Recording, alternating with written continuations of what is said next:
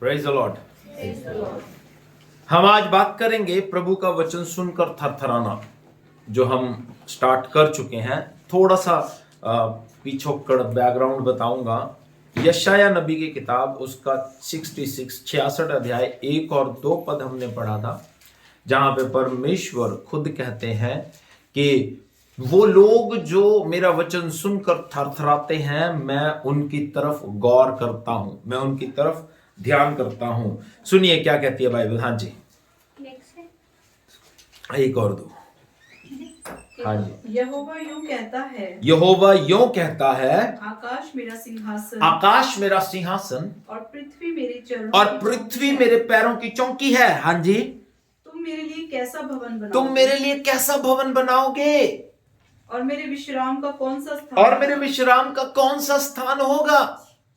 यहोवा की ये वाणी है, यहोवा की ये वाणी है, ये सब वस्तुएं मेरी ही हाथ ये की, सारी चीजें मेरे हाथ की बनाई हुई हैं, इसलिए ये सब मेरी ही हैं। इसलिए ये सब मेरी है। हाँ जी, परंतु मैं उसी की ओर दृष्टि करूंगा, परंतु मैं उसकी ओर दृष्टि करता हूं जो दीन और खेदित मन का हो, जो दीन और खेदित मन का हो, और मेरा वचन सुनकर थरथराता हो। और मेरा वचन सुनकर थरथराता हो। मुझे नहीं मालूम, हमने लास्ट वीक इस बात को देखा, उसके बाद हम कितना थरथराए हैं। क्यों? हमारे माइंड में क्या कभी स्टक हुआ जब हमने झूठ बोला कि यार ये झूठ बोलना परमेश्वर के वचन में नहीं लिखा, मुझे डर जाना चाहिए? क्या जब मैंने प्रार्थना को मिस किया, मेरे दिल में स्टक हुआ कि यार प्रार्थना करना अगर मैं भूल जाता हूं तो ये मेरे परमेश्वर को पसंद नहीं है, मुझे डरना चाहिए? क्या ये फियर हमारे अंदर आया? मालूम, खुदा कहता है, आज भी मैं आपको बताता हूं, अगर आपने पीके मूवी देखी है तो उसमें भी उन्होंने बताया एक चीज जो कन्वर्सेशन मुझे अच्छी लगती है, वो उसमें स्टूडियो में होती है। वो कहता है वी हैव टू गॉड्स, दो खुदा हैं। एक वो है जिनको इंसान ने बनाया है, एक वो है जो इंसानों को बनाता है ना? तो हम किसकी आराधना करते हैं? उस खुदा की जो इंसान को बनाता है। मालूम, आप आज खुदा के स्ट्रक्चर को देखो, आकाश उसका सिंहासन, पृथ्वी उसके पैरों की चौकी। वो खुद सवाल कर रहा है, तुम मुझे कहां रखोगे? लोगों ने कहां रख लिया?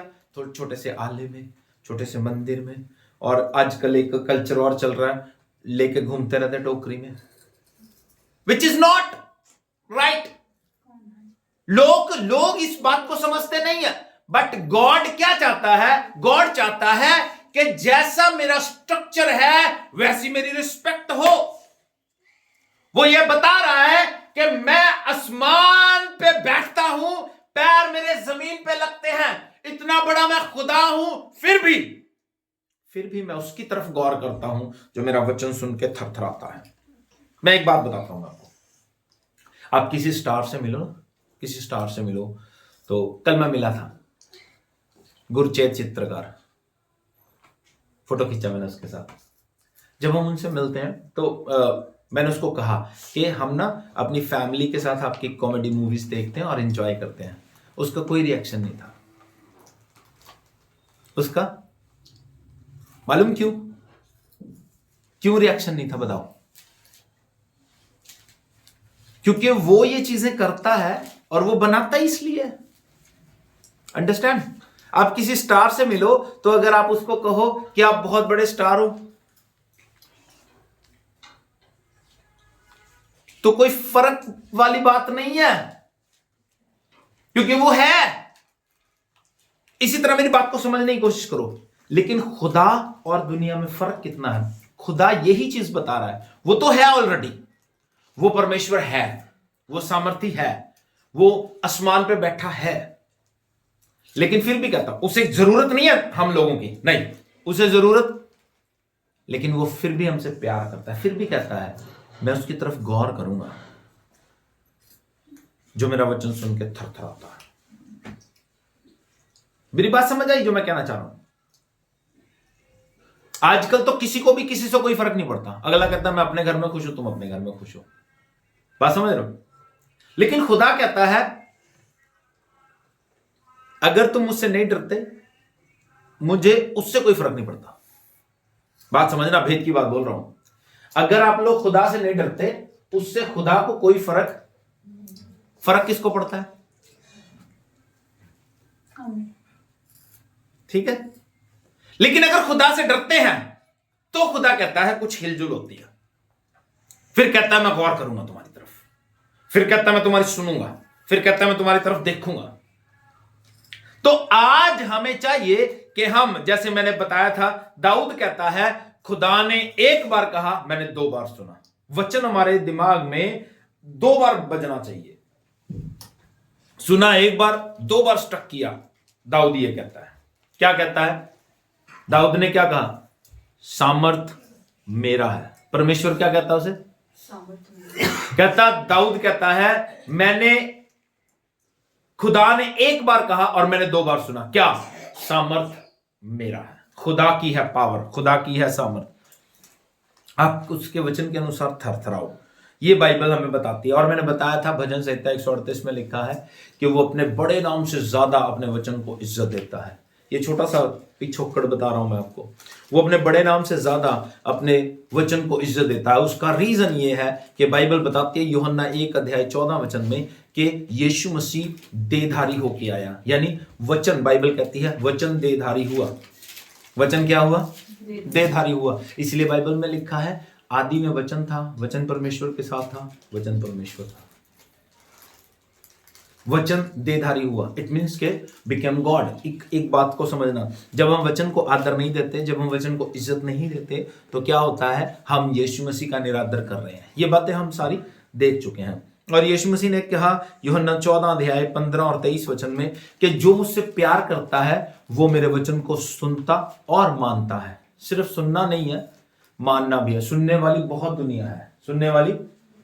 जब आप प्रचार करोगे, आज इतनी बेदारी कई शहरों में आ रही है। पटियाला ज्यादा बीमार है, मे बी जल्दी ठीक हो जाएगा, लेकिन कई शहरों में इतनी बेदारी है कि वो लोग रोड पे खड़े होकर प्रचार कर रहे हैं। और मालूम कौन से इलाकों में?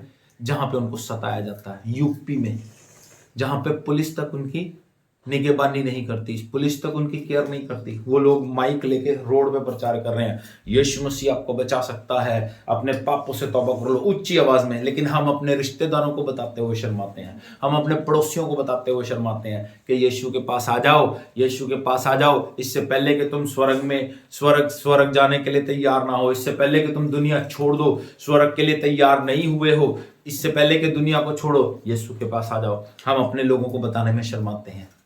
वो लोग खुले में प्रचार कर रहे हैं, कोई उनको मार रहा है, कोई गालियां दे रहा है, कोई टोक रहा है, कुछ फर्क नहीं पड़ता उनको। वो लगे हुए हैं। लोगों ने रोकना चाहा, वो अपना माइक लेके लगा हुआ है। प्रभु यीशु मसीह आपसे प्यार करते हैं, उन्होंने आपके लिए अपनी जान दे दी, उन्होंने अपने खून को आपके लिए बहा दिया। तो ये चीजें हम अपने दोस्तों का, देखो ये बातें हम रोज सुन सकते हैं। मैं आपको बताता हूँ, बेदारी हमारी लाइफ में बहुत जरूरी है, क्योंकि ये बोझ जब तक नहीं आएगा ना कि मैं बच गया, दूसरे को मुझे बचाना है, ये बोझ जब तक नहीं आएगा तब तक हमारी जिंदगी में ब्लेसिंग्स नहीं है, आशीष नहीं है। आशीष का मतलब ये दुनिया की आशीष नहीं। देखो मैं एक बड़ी सुंदर बात पढ़ रहा था, बड़ी सुंदर बात। दुनिया की आशीष है, दुनिया की ब्लेसिंग्स, इट्स नथिंग, ये कुछ भी नहीं है। मालूम, आज मैं आपको एक बात बताता हूं, आजकल का प्रचार क्या रह गया है? आ जाओ, वीजा लग जाएगा, बंगला मिल जाएगा, करोड़पति बन जाओगे। और ऐसे ही लोग बड़ी बड़ी भीड़ों में जाना पसंद करते हैं।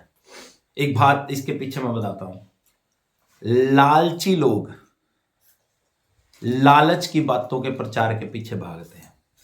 लेकिन यीशु मसीह का वचन के ऑपोजिट है ये, बिल्कुल बिल्कुल वचन के।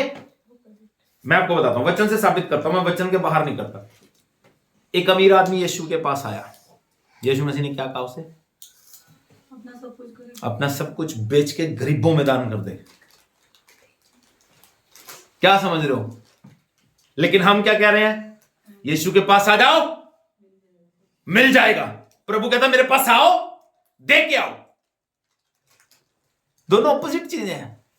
हमें पहचानना चाहिए कौन सी थिंग, कौन सी चीज परमेश्वर के वचन में है, कौन सी चीज नहीं है।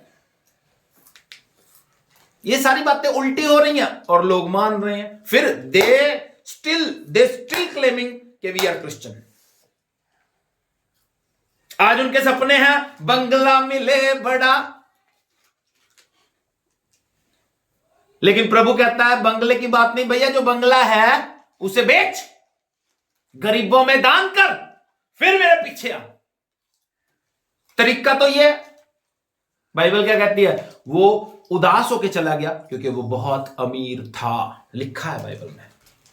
और बहुत सारे लोग ऐसे भी हैं, जैसे एक बंदा था, क्या नाम था उसका, जिसके घर यीशु मसीह खाना खाने के लिए गए, उसका नाम मेंशन किया,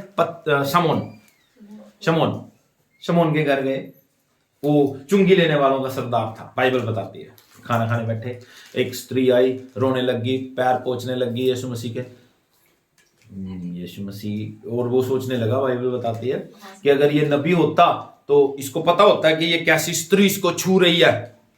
तो यीशु मसीह ने उसे एक एग्जाम्पल दिया। मालूम उसने क्या किया?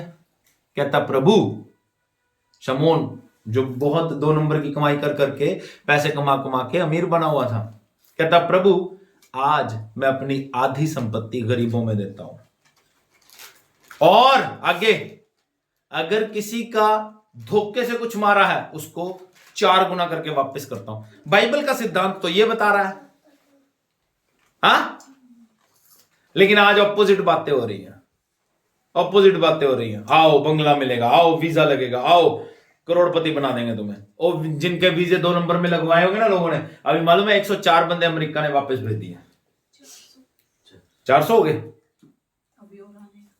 400 प्लस लोग जो डोंकी लगा के, और मालूम एक बात नहीं समझ में आती, जाते हैं डोंकी लगा के 2 नंबर में जाते हैं, फिर भी प्रभु ने वीजा लगवा दिया। वीजा तो वैसे ही लग जाता है, विजिटर वीजा लग जाता है, जब मर्जी लगवा लो। बोलो कब लगवाना है? पैसे खर्चो, वीजा क्यों नहीं लगेगा?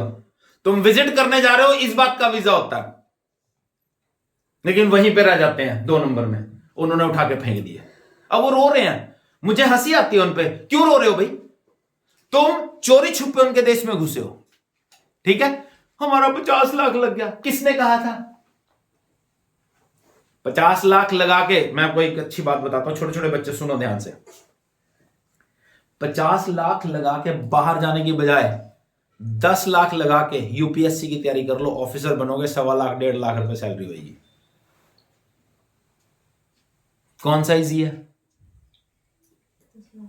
अपने घर में रहना, अपने बच्चों में रहना, अपने परिवार में रहना, पढ़ लिख के यूपीएससी की तैयारी करो, अफसर लोगों, डीसी लग गए, बैठे रहो, राज करो। हाँ, कहां तुम 50 लाख ला के और मरोगे वहां पे। पता नहीं, वो फिल्म भी आई थी ना शाहरुख खान वाली, डोंकी, पानी में डूब रहे हैं, कीड़े चल रहे हैं, जंगलों में से जा रहे हैं, पता नहीं कोई पहुंचेगा कि नहीं पहुंचेगा। 50 लाख लगाने के बाद भी ये खतरा है, लेकिन पढ़ाई का कोई खतरा तो नहीं है। अगर यूपीएससी क्लियर भी नहीं होती तब भी कोई जॉब तो लगेगी, तब भी कुछ ना कुछ बन जाओगे, लेकिन हमें समझ में नहीं आता। तो बिल्कुल ऑपोजिट बातें हो रही हैं। आओ वीजा लग जाएगा, ब्लेसिंग मिलेगी। ब्लेसिंग मैं आपको बताता हूं, अगर आप सोचते हो पैसा ब्लेसिंग है तो मैं नहीं मानता।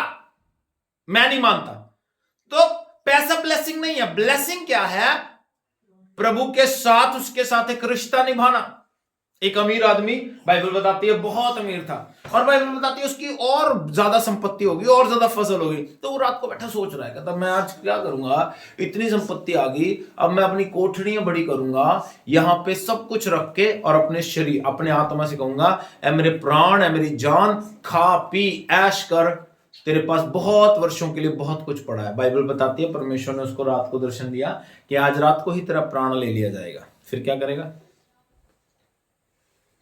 चिंता हमें अपने प्राण की होनी चाहिए। चिंता होनी चाहिए कि मैं मर ना जाऊं, चिंता होनी चाहिए कि मैं शरीर में और आत्मा में कहीं ना मर जाऊं। इन बातों की चिंता होनी चाहिए। तो हमें आज ये समय है कि हम उसके वचन का आदर करें। जब हम उसके वचन का आदर करेंगे, तो वचन का आदर मीन्स क्या है? Believe on God's word. बस परमेश्वर के वचन पर विश्वास करो। परमेश्वर का वचन जो कहता है वो करो, उसको कहते हैं परमेश्वर के वचन में थरथराना। प्रभु कहते हैं प्रार्थना करो, प्रार्थना करो। प्रभु कहते हैं झूठ मत बोलो, मत बोलो। प्रभु कहते हैं व्यभिचार मत करो, मत करो। प्रभु कहते हैं गलत काम मत करो, तो मत करो। तो जो बाइबल कहती है ना करो, अगर हम वो करते हैं तो वो परमेश्वर के वचन का निरादर होता है। निरादर मीन्स हम यीशु का निरादर कर रहे हैं। ओके, ये सारी बातें हम देख चुके हैं। और एक और बात जो मेरे पास लिखी हुई है मैं बताना चाहता हूं। अगर हम देखें तो व्यवस्था विवरण 28 अध्याय में आशीष और श्राप लिखे हैं।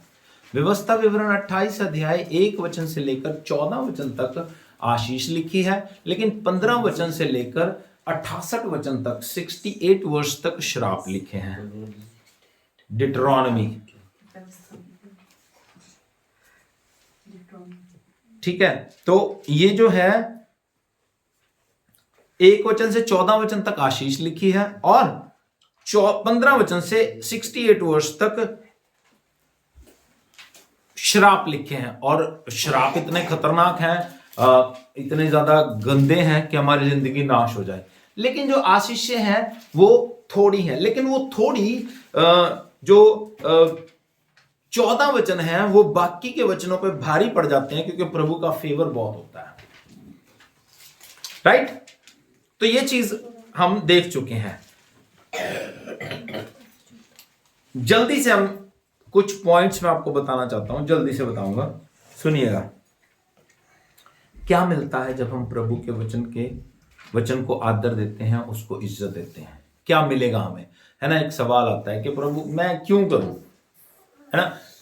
एनीथिंग, जब भी हम कुछ करते हैं तो किसी ना किसी रीजन से करते हैं। मालूम, एक व्यक्ति अगर कमाई कर रहा है तो उसे अपने परिवार को पालना है। एक व्यक्ति अगर झाड़ू पोछा लगा रहा है, वो चाहता है कि वो सफाई में रहे। एक व्यक्ति अगर कपड़े धो रहा है तो वो चाहता है कि कपड़े साफ हों। यानी anything you doing with the reason. Okay, कुछ भी आप कर रहे हो एक कारण से कर रहे हो, मालूम। लेकिन आज कुछ लोग बिना कारण के भी कर रहे हैं। कुछ लोग लाइक गेम खेल रहे हैं बिना कारण, नो रीजन। उनसे कोई उनकी कोई ग्रोथ नहीं होगी, उनका कोई दिमाग नहीं विकसित होगा। पतंगबाजी हो रही है विदाउट एनी रीजन, उससे कोई दिमाग की ग्रोथ नहीं होगी। उसकी जगह अगर आप किताब लेके बैठोगे तो पढ़ने को कुछ तो मत्थे में पड़ेगा। लेकिन होता क्या है, 2 घंटे गेम खेलना या 2 घंटे पतंग उड़ाना बड़ा अच्छा लगता है, लेकिन 2 घंटे रेगुलर बैठना बड़ा मुश्किल हो जाता है। खाज होने लग जाती है, होती है ना। होती है, चर्च में बैठे बैठे भी होने लग जाती है। जब 10 मिनट पर 4 ज्यादा हो जाए ना, फिर बंदा करवटाइयां बदलने लग जाता है, हिलना जुलना शुरू कर देता है। पास्टर जी कब बंद करेंगे? पहली गल तो पास्टर जी पहले ही थोड़ा बोल के खुश है, पर इसमें भी खा जाने लग जाती है लोगों को, क्योंकि हम लोग। लेकिन बाकी चीजों में बड़ा मजा आता है, बाकी चीजों में। अच्छा, शैतान को भी ये सारी बातें पता होती है। मालूम, पिक्चर देखते हो, सब देखते हैं ना, पिक्चर देखते हैं, उसमें इंटरवल रखा होता है। मालूम है क्यों रखा होता है? बताओ क्यों रखते हैं इंटरवल? बैठे रहता है कंटिन्यू, फ्लो हो जाएंगे। नहीं, इसके पीछे एक रीजन है कि बंदा फिल्म थिएटर में एंजॉय करने के लिए जाता है। इंटरवल होता है कि जाके बाथरूम जाओ, रेगुलर बैठना ठीक नहीं है। ये इसलिए होता है कि वो जाके ब्रेक आता है, इसलिए कि जाके रिफ्रेश हो सके, क्योंकि इंसान उस चीज में एंजॉय कर रहा होता है, टाइम का उनको पता नहीं चलता।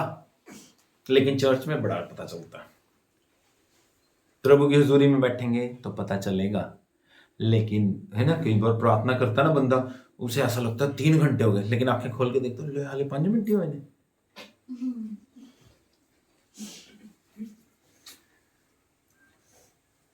आत्मा की बातों में ऐसे होता है। अगर हम किसी को प्रार्थना करने के लिए कहें, वो 5 मिनट उनके लिए बहुत बड़े हो जाते हैं। मेरे पास एक लड़का आता था बल्ला, वो मेरे साथ बाइबल स्कूल गया और मैंने उसको रात को प्रार्थना के लिए बिठा लिया। सुबह 7 बजे उठना, रात को 12 बजे मैंने कहा प्रेयर पे बैठ जा। वो 10 मिनट बाद खराड़े मारने लग गया। मैंने उसे उठाया, मैं उठ, मुंह धो गया। उसके बाद वो जिंदगी में मेरे पास नहीं आया, आज तक मुंह धो के वापस ही नहीं आया। शरीर में बड़ा मजा आएगा, दुनिया में बड़ा इंजॉयमेंट है, दुनिया में बड़ा इंजॉय करोगे, लेकिन प्रभु के पास चलते हुए, प्रभु के साथ चलते हुए कोई एंजॉय नहीं करता। इस चीज को ना बोझ समझ के करते हैं लोग। लेकिन जब आप इस चीज को आनंद समझ के करोगे ना कि प्रभु ने मुझसे कितना प्यार किया, मैं भी उससे प्यार करूं, तो फिर हमारी जिंदगी में कुछ अच्छा होना शुरू हो जाएगा। जल्दी से देखेंगे, 3 पॉइंट्स है मेरे पास। क्या मिलता है जब हम प्रभु के वचन को आदर देते हैं? पहली बात, हम परमेश्वर के परिवार के लोग हो जाते हैं। क्या होता है? हम क्या हो जाते हैं? परमेश्वर के परिवार के लोग। लूका उसका 8 अध्याय 19, 20 और 21 पद पढ़ेंगे।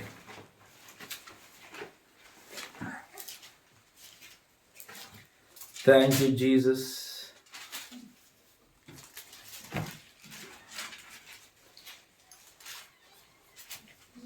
Thank you Jesus. लूका 8 अध्याय 19, 20 और 21 पद। उसकी माता और उसके भाई उसके पास आए, पर भीड़ के कारण उससे भेंट न कर सके। उससे कहा गया, तेरी माता और तेरे भाई बाहर खड़े हैं, तुझसे मिलना चाहते हैं। उस समय की बात है जब यीशु मसीह इस पृथ्वी पर चलते फिरते थे, और वो यीशु मसीह से मिलने के लिए आए और ये कहने लगे लोग कि तेरी माँ तेरे भाई बहन तुझसे मिलने के लिए आए हैं। हाँ जी। उसने इसके उत्तर में उनसे कहा, मेरी माता और मेरे भाई ये ही हैं। कौन है मेरी माता और मेरे भाई? कौन है? ये जो परमेश्वर का वचन सुनते और मानते हैं। सुनते और मानते। इसका मतलब उसका अपना परिवार भी परमेश्वर का वचन सुनता मानता नहीं था। अगर आप उसके भाई बहन बनना चाहते हो तो उसके वचन को सुनना और मानना पड़ेगा। आया कौन? उसका अपने फैमिली। लेकिन वो कहता कि मेरे भाई बहन मेरी माता ये लोग हैं जो वचन को सुनते और मानते हैं। इट मीन्स के हम लोग उसके फैमिली का हिस्सा बन जाते हैं, उसके परिवार का हिस्सा बन जाते हैं। यीशु मसीह हमारा भाई, मित्र, बाप, दोस्त सब कुछ बन जाता है। एक अच्छा रिश्ता हमारा परमेश्वर के साथ बन जाता है। अगर वो मानते होते तो प्रभु इस तरह कहते, ठीक है मेरे भाई बहन आए हैं, लेकिन ये भी मेरे भाई बहन है जो वचन को सुनते और मानते हैं। लेकिन यीशु मसीह ने क्या कहा? जो वचन को सुनता और मानता है वही मेरे भाई बहन है। इसका मतलब वो नहीं है। दूसरी बात जो मैं आपको बताना चाहता हूं, हम लोग प्रभु का ध्यान अपनी तरफ आकर्षित करते हैं। जब हम प्रभु के वचन को आदर देते हैं तो क्या होता है? प्रभु का ध्यान हमारी तरफ होता है, गौर करता है, आकर्षित करते हैं उसे। हम जो हम रेफरेंस मेन लेके चल रहे हैं, यशाया 66 उसका 1 और 2 पद कहता है कि जो मेरा वचन सुनकर थरथराता, मैं उसकी तरफ गौर करता हूं, उसकी तरफ ध्यान करता हूं। मैं पहले भी बताता हूं, है ना, हम लोग कपड़े पहनते हैं, पर्सनालिटी में रहते हैं, किस लिए मालूम? लोगों को अट्रैक्ट करने के लिए। किस लिए होता है? इसीलिए होता है, इसीलिए होता है। बोलो, अच्छा दिखने के लिए ना, कि लोग हमें अच्छा समझें। अगर आप नहीं करोगे तो क्या वो आपको पसंद नहीं करेंगे? सच है, पसंद नहीं करेंगे वो। फिर क्या बन के आ गया ये सच है। तो खुदा को आकर्षित करने के लिए कपड़े पहनने की जरूरत नहीं है। खुदा को आकर्षित करने के लिए मेकअप करने की जरूरत नहीं है। खुदा को आकर्षित करने के लिए सिर्फ और सिर्फ उसके वचन को आदर देने की जरूरत है। इससे ज्यादा वो कुछ नहीं चाहता। Thank you Jesus. वचन को आदर देने की जरूरत है। आदर करने की कोशिश करो, प्रभु को रिस्पेक्ट देने की कोशिश करो। तीसरी और आखिरी बात, हमारी नींव मजबूत हो जाती है। क्या होता है? नींव मजबूत। आपने देखा होगा अपनी जिंदगी में, एक्सपीरियंस किया होगा, बहुत सारे लोग यीशु मसीह के पास आए और उसे छोड़ के चले गए। इसका कारण मालूम है क्या है?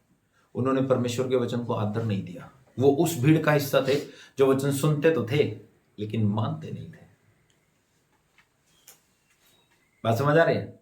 सुनते तो थे, अपने माइंड को रिफ्रेश करके देखो, कितने लोग आपने देखे होंगे जिन्होंने यीशु मसीह को ग्रहण किया, तौबा की, बपतिस्मा लिया और 10-10, 15-15 साल यीशु मसीह के साथ चले, लेकिन आज यीशु मसीह के पास नहीं है। वापस वो मूर्ति पूजा कर रहे हैं, वापस वो शैतान के कामों में उलझे हुए हैं, दुनिया के पूजा पाठ में उलझे हुए हैं, वापस आज भी कई साल यीशु मसीह के साथ बिताने के लिए। लेकिन उसका एक ही रीजन था कि उन्होंने, उनकी जो जड़ें थी, उनकी जो नींव थी वो मजबूत नहीं हुई थी। मजबूत नींव करने के लिए हमें वचन को आदर देना पड़ेगा। ये भी यीशु मसीह ने कहा, मत्ती उसका 7 अध्याय 24, 25, 26, 27, 24 से 27 तक पढ़ेंगे जल्दी से। हाँ जी।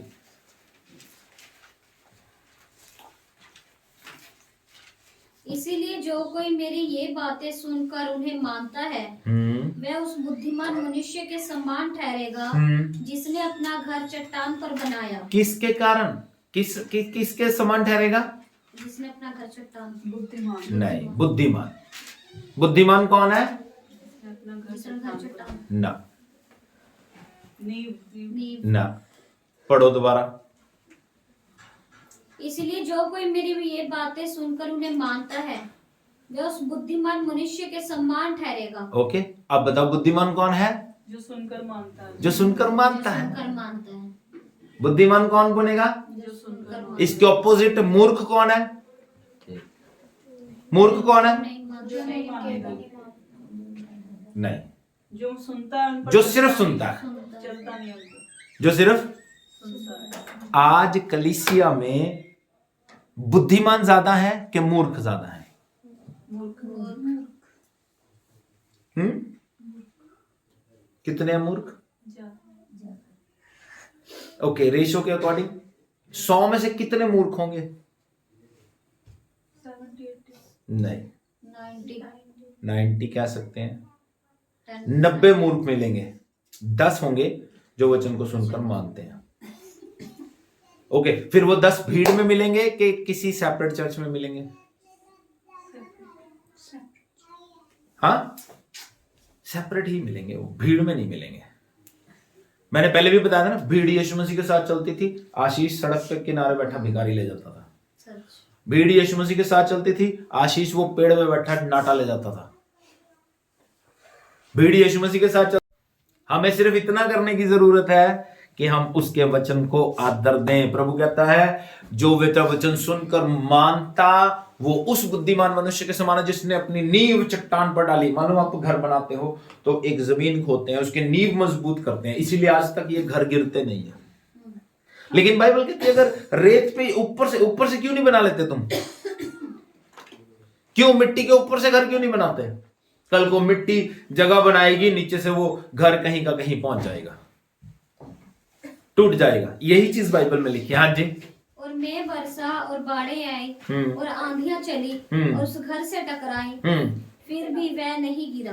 देखो, मैं आपको एक लास्ट बात बोल रहा हूं, जिद्दी मत बनो, ढीठ मत बनो, वचन को सुनो, उसका आदर करने की जरूरत है, उसका आदर करने की आदत डाल लो। एक लास्ट वचन पढ़ के समाप्त कर देंगे, इब्रानियों की पत्री उसका 3 अध्याय 15 से लेकर 19 वचन तक।